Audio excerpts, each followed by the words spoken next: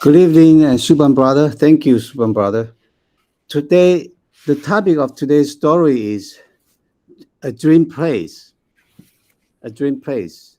A farmer lived in Nasser, which is a village in Junjunu district of Rajasthan state. Rich as he was not happy with his life. One day, he decided to sell his house and everything and settle down in some other place, which is better. So he called a real estate agent and said to him, "Brother, I have to leave this place. So I decided to sell all my land and property here." "Why? What's wrong with your property here?" the agent asked the farmer. "Come with me," said the farmer, who brought the agent to his property and said, "Look at the many problems here. The roads are so bumpy, muddy, and rough. And due to the small lake, you have to take a detour to get to your destination. Look at the small mountains, how difficult it is to feed the animals. And the garden, half the time spent in cleaning and maintaining it. What should I do with such a beautiful property?"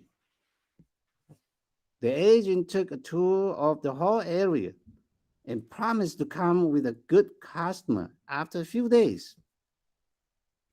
After a few days, while the farmer was reading the morning newspaper, an attractive ad caught his eyes. It said, "Heavenly property, have a dream house, a quiet, beautiful place full of natural beauty, a healthy and peaceful retreat amidst a beautiful lake and hills, at a reasonable distance from the hustle and bustle of the city."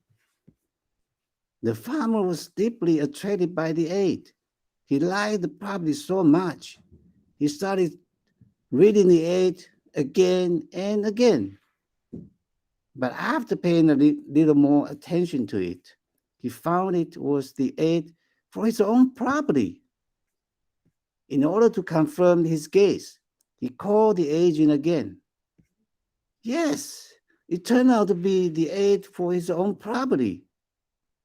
Now the farmer realized that he was really living in the place he wanted to stay. It was his fault that he always saw his own things in the wrong perspective. Where he was living was actually the dream place he wanted to stay. He immediately requested his agent to remove the aid. He decided not to sell it anymore. That's all for the story, my dear brothers and sisters. Now, please allow me to share with you some takeaway lessons. Like this farmer, we all have many problems with our life. It seems that our life has so many problems: pressure from our job, our family, our relationships, and even our look and our personality too. We are not satisfied with what we have and who we are. As society grows today, people's lives have become better and richer, but we complain more and try to get more.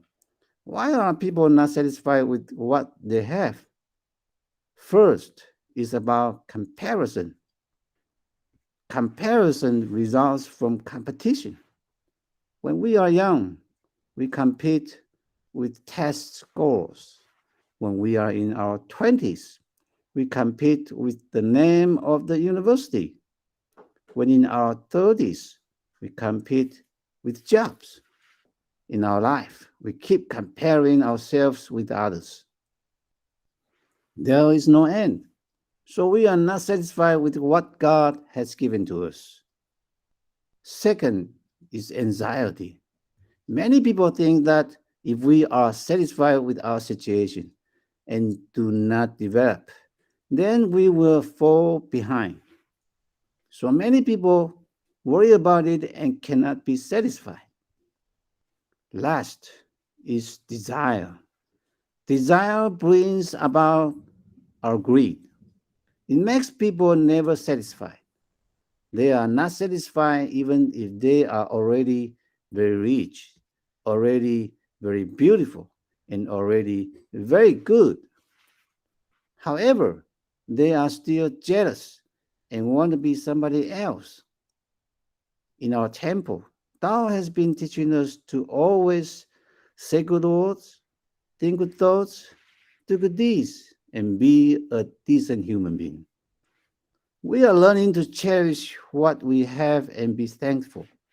We start looking on the bright side and learn to be cheerful about a bad situation by thinking of something advantage that could result from it. Challenging situations and obstacles are part of life.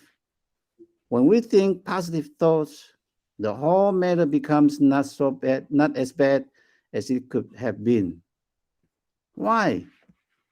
Because we make it a habit to focus on the good things, practice gratitude, open ourselves up to humor, and spend time with God, Buddhas, saints, sages, and so many Tao seniors who give us wonderful spiritual energy to carry on with our life journey. The positive change is slow but sure. Okay, that's all for the story today. I want to say thank you to Mr. Sukdev Singh for letting me narrate his story. For all the mistakes I've made, I beg God's and Buddha's mercy and forgiveness. Thank you very much for your listening. Thank you. Thank you so much, Maxine Changshu. Such a wonderfully you have narrated the story. I haven't, you know, listened story like that, the way you narrate the story, in different voices for the different characters. I think we could almost imagine the characters also. So really very amazing. I think Mr. Space Singh must be very happy to listen that you are narrating his story. I think he wanted also to say something to you. Thank you, Shubhamji. Brother Maxlin Jiangxi, there is a wonderful charm in your voice which gives a different pleasure to listen to, and listening to the story from your mouth gives a different pleasure. And if there is a conversation between the characters in the story, there it would be even more enjoyable. As you narrated a story last month, there was a different kind of joy in it, and today you added even more colors to the story, making it even more interesting and inspiring.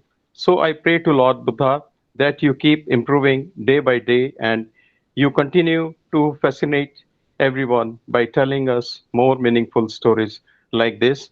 Thank you very much. I feel very thankful to have you here with us. Thank you, brother. Thank you, Spam Brother. Thank you, Mr. Sukdev Singh. Thank you for your encouragement. I feel heavily joy by reading this story, and I'm really grateful to have this chance to narrating the story in the online Tao class. Thank you very much. Thank you, brother.